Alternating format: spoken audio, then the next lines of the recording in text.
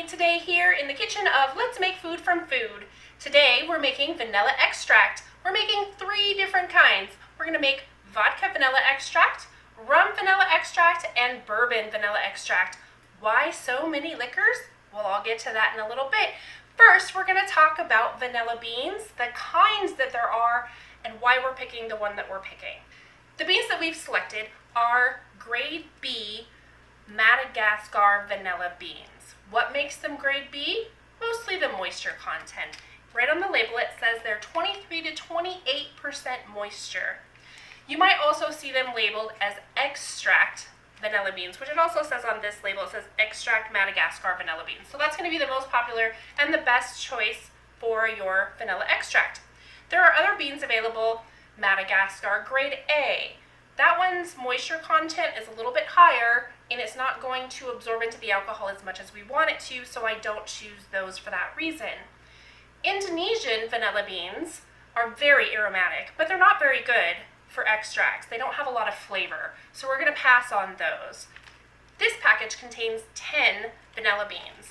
I'm going to open it up and I'm going to show you what they look like so that you can see. They're very thin, they are moist.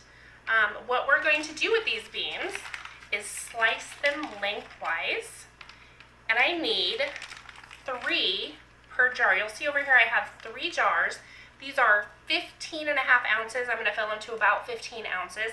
So 3 beans, each sliced lengthwise, should be a good amount to flavor these. If you're using a larger bottle, you want to use more beans. If you're using a smaller bottle, obviously you're going to go a little bit less. So I'm just going to take a small paring knife, and we're going to take the bean kind of carefully. You don't want to chop it up too much. I know some people like to chop it into little bits.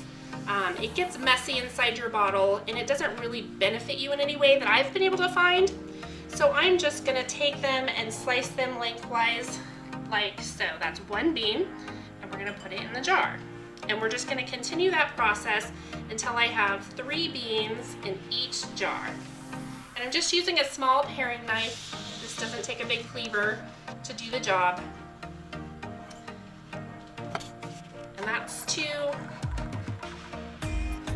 And there we go. There's 3 in this jar. And I'm just going to keep on going until we've got all of our beans sliced. There is a vanilla bean that you can look into using. I know that it's popular from what I've read, and it's called a Madagascar Bourbon vanilla bean. It's not soaked in bourbon, it's just the name of the flavor of the bean. It does give it more of a sweet and smoky flavor, but I like to have a little more control on what I'm putting into my vanilla, so I control that through the liquors rather than the type of bean. So the grade B extract bean is my preference because I can do that.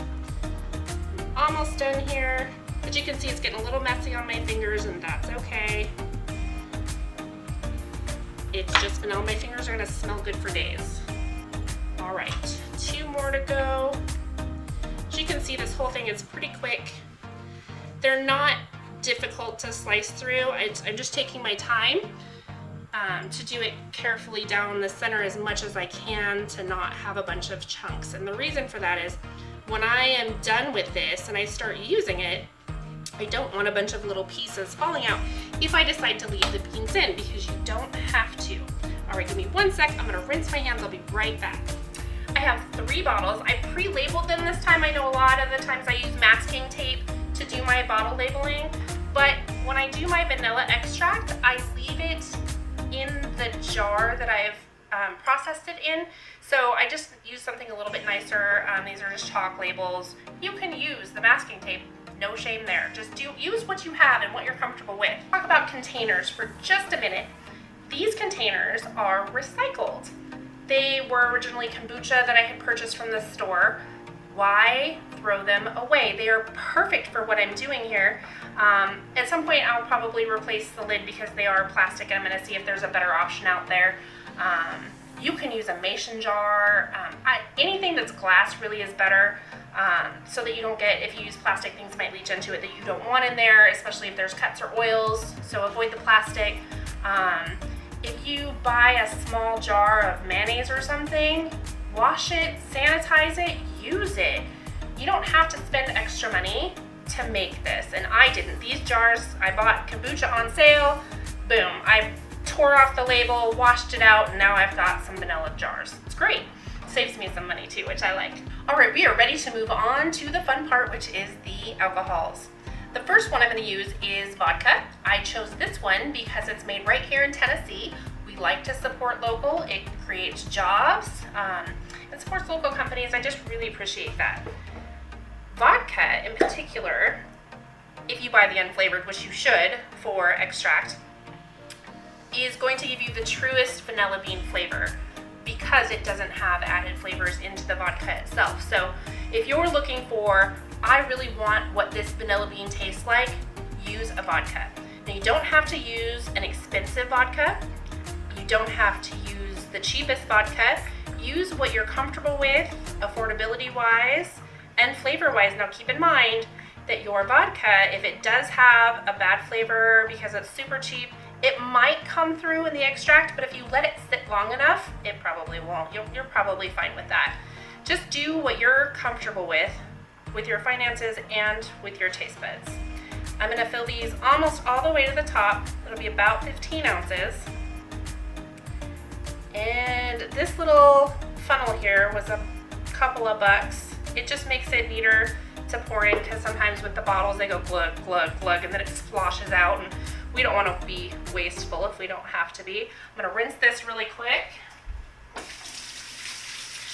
because while vodka isn't flavorful, we don't want to mix our alcohols when we're making our extract. So I'm going to put this bottle back right there. You take your lid, you're going to put it back on, and you're just going to shake it a little bit, and then I'm going to put it right here so that we are done with our vodka. You can see a little bit of the particles already spreading around. Those are tiny little seeds, and that's completely acceptable to be in there. Next, we're moving on to rum. It's the same process. We're just going to take off the lid. We're going to put our little funnel that I rinsed in there, and we're going to fill it up to about 15 ounces. So why would we use rum? Well, rum is made with sugars, and it's going to be the sweetest vanilla extract that you can make with these particular options in alcohol. So if you really like a sweeter end result in your vanilla extract, this is the one you're going to want to use. I'm trying to pour and talk at the same time, and apparently today that seems to be a challenge. It's a little bit fuller than the last one, but that's okay. It's not going to affect anything other than your volume that you end up with. So again, we're just going to shake it up. We're going to put our bottle back over here and put this one in front of it because we are done with that one. And finally, last but not least, we're moving on to the bourbon.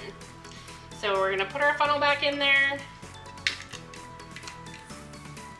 Yep, that's bourbon. Okay. So we're gonna pour our bourbon in here. And the reason we would use bourbon is because it's going to give you the most aromatic and the most sweetness in terms of what you are likely used to when you get a vanilla extract from the store. Bourbon is the most popular because it gives the extra flavors. A lot of times for the manufacturer at not a lot of extra cost. So that was the wrong bottle for that lid. We're going to put this back over here, cap that off, and I'm just finger tighten. Doesn't have to be so tight you're going to break your lid, and done. All right, we have made our 3 different types of vanilla extract. So let's talk real quick about why would you do that. First of all, believe it or not, even with the cost of the beans and the alcohol, this is a much more economic way to make vanilla extract. And if you're using a lot, that probably might mean something to you. So the other thing, and not everybody's gonna wanna hear this, but vanilla extract imitations, they use things you might not wanna put in your mouth. There is a gland near the anus of a beaver. No joke, look this up, I kid you not. They use it to make vanilla extract. Sounds yummy, huh? Not what I want in my food. I heard that and I just about hit the floor. So gross. Hit the like button and subscribe. Also, hit that little bell for notifications every time we post something. If there's something you'd like to see us make, put it in the comments and we'll take a look.